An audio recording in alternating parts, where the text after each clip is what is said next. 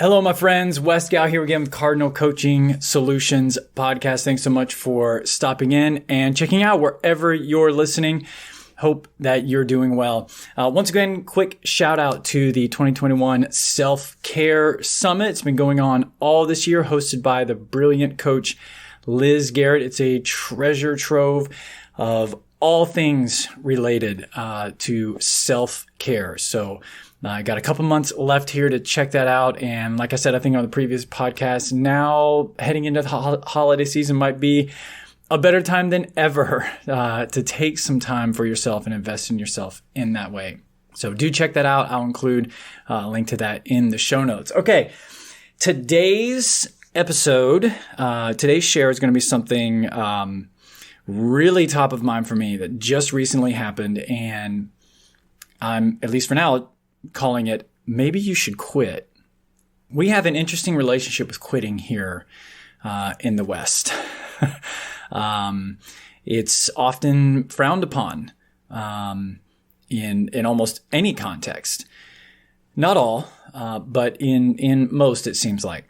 And I had a recent experience with this, and so I wanted to share this with you. So let's start with, if you've been a listener, then you know that creativity is a big part of who I am. It's a big part of my outlet. It's just a part of what I do. It's a part of my being. It's very much involved in the way that I coach. I tend to use a lot of metaphors and stories that connect with clients.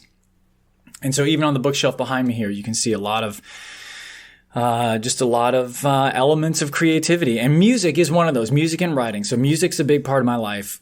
I have a musical project here locally. I write and record music. I've released a couple different standalone projects, and I write as well. If you're interested in any more of that, you can check out my own personal website, wesgow, WESGOW.com.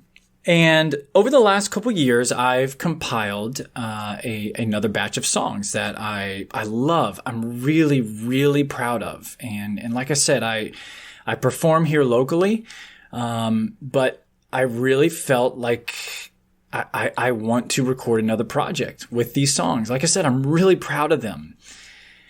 And in many ways, they're very different from previous recordings, from previous songs that I've written. So I was really excited about them and feeling like I want them to exist. Yeah, really for that reason only. I want them to exist. I want to capture them and record them. And so over the summer, I just happened to have a conversation. I don't even know how it came about, but I got on the phone with a local engineer and producer and musician himself who recorded my previous album.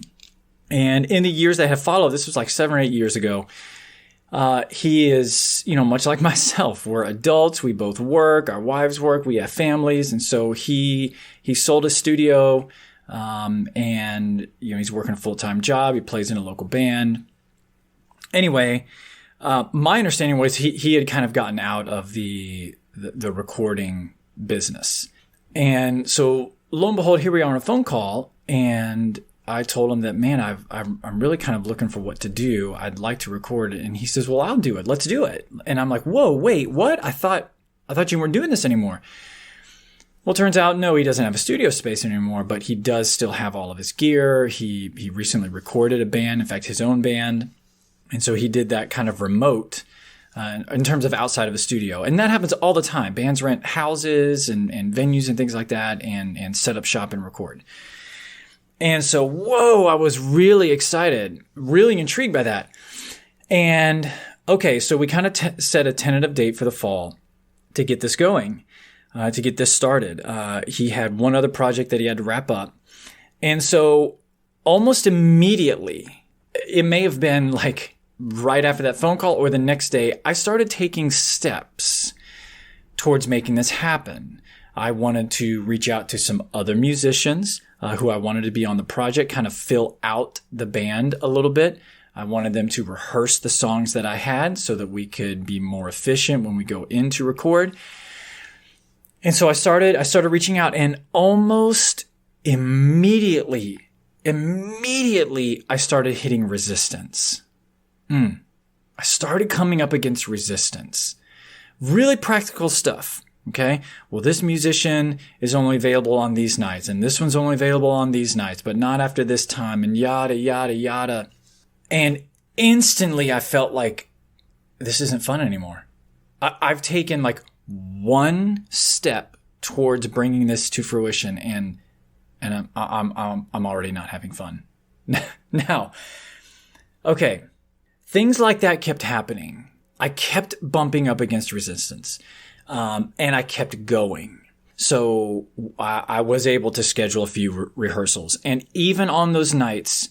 Now, again, this is after a day's work, after dinner, after kids' homework, after bedtime routine. Okay, it's time to load up all my gear from my practice area in the house here, get in the truck, drive to rehearsal, unload it, set it all up, do, a quick little sound check.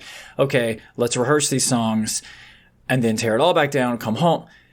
Yeah, I started finding myself on nights going to these rehearsals thinking, I have no desire to do this. I don't want to do this. But I kept going. Now, you may notice, I don't think you can actually see the title, but on the top of my bookshelf, right towards the middle, there's a book called The War of Art. Brilliant, brilliant book. Love it.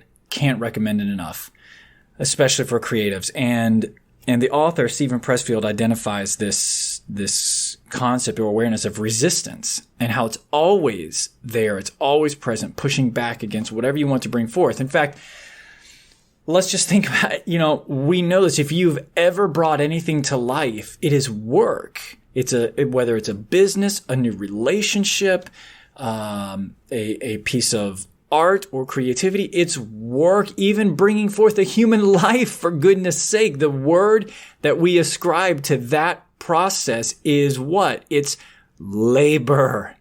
We call that process labor. To bring forth is work. So I had all this going on in my mind and going, nope, this is just part of the process, man. It hurts. It's, there's aspects of it that aren't fun. You know that. You've been here. You've done that. And so I just kept going. I just kept doing it, knowing there's this part of me that's like, I don't want to do this. Okay. So let's fast forward to just last week.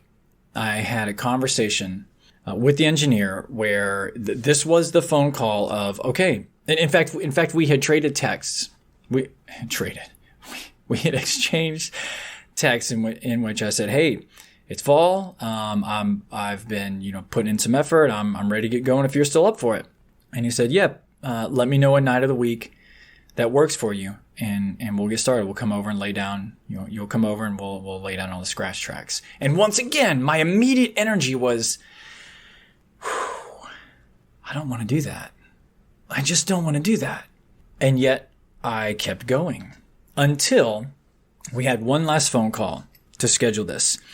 And I said, at the very end of that phone call, I finally said, hey man, just to let you know, I've kind of been really on the fence about this whole thing. Immediately there was this opening. And he said, oh my goodness, I'm so grateful you said that, because I have to. I'm so swamped with life. I'm so busy. I didn't want to let you down. And yet I feel the exact same way. Okay. We let a few more days pass. We checked in again. In fact, we gave ourselves a little bit of time to kind of intentionally check, check with ourselves, check with our wives. Anyway, it's on hold. It's shelved. It fell through. I don't know if it'll ever happen with that engineer. And so in reflection, I learned a couple of things. One, I'm talking to myself here. I have to check in with and honor the energy that I have. I have to check in with the energy that I have towards it. Knowing that there's work ahead, and yet am I energized by that work? In fact, 2 days after the conversation I just told you about, we had another conversation which we officially said, you know what, man, it's not going to happen. Okay. The next night, 24 hours after that conversation, I'm sitting on my couch right over here. It's off screen. I'm pointing to it. Obviously, you can't see it. But I'm sitting on that couch, my computer open, a new Word document started, chapter 1 of the next novel that I'm going to work on. And I've got loads of work ahead of me, maybe a year's worth of writing ahead of me, let alone all of the little minutia production elements, just tons of work ahead of me. And I was bristling with excitement sitting on the couch. Chapter 1, blank page. I don't know where we're going. I've got so much work ahead of me, and yet my energy is so excited about that work. And it's the exact opposite situation of what I had facing the music project. Tons of work ahead of me. Not excited about it. So I have to check in with the energy about the energy, the vibration, the messaging, whatever it is you want to call it. Now, second thing I learned, and I've talked about this before, but the message you're sending to the universe is extremely powerful. I was sending, let's say, mixed messages to the universe about this recording project. Yeah, in fact, I was clear to the universe, whatever you want to call it. The message I was emanating was clearly, I'm not sure I want to do this. That's what was vibrating in my soul, and yet I kept going through the motions. And lo and behold, it didn't happen. Okay. Number 3 is when it comes to resistance, and this is the final thing, especially when it comes to this idea of maybe you should quit. I was just recently listening to a podcast with, I believe the author's name is Ryan Holiday. He's written several books with like short little, pithy titles. Stillness is the Key, Ego is the Enemy. And I think another one, the one I'm reading right now is The Obstacle is the Way. And I was listening, to this interview, and he said, when it comes to whether or not you should quit something, check in with, what's the easier thing to do here. And I thought, oh, that's interesting. In my case, it was just easier to just keep going. It was very difficult for me to be honest and say, I'm going to be the one to pick up the phone and call the engineer and say, I don't want to do this, man. I just don't want to do it. I just don't want to do it. That was extremely hard for me. So whatever it is, when it comes to, let's take a job, for example, maybe the easier thing to do is just keep going in. Just wake up and keep going. The hard thing might be to quit, to leave. Now, let's also take something that in that job scenario, of course, you heard all the energy, or you saw, if you're watching, all the energy in my posture and my voice that said, the job sucks. Let's take something that's great. Let's take something that really you have no reason to not do. And this is all over. I've talked about the Frozen franchise before. Here's Elsa, who's the queen, and what you want to quit that? You live in a castle, for God's sake. You have absolutely no reason to want to quit this role.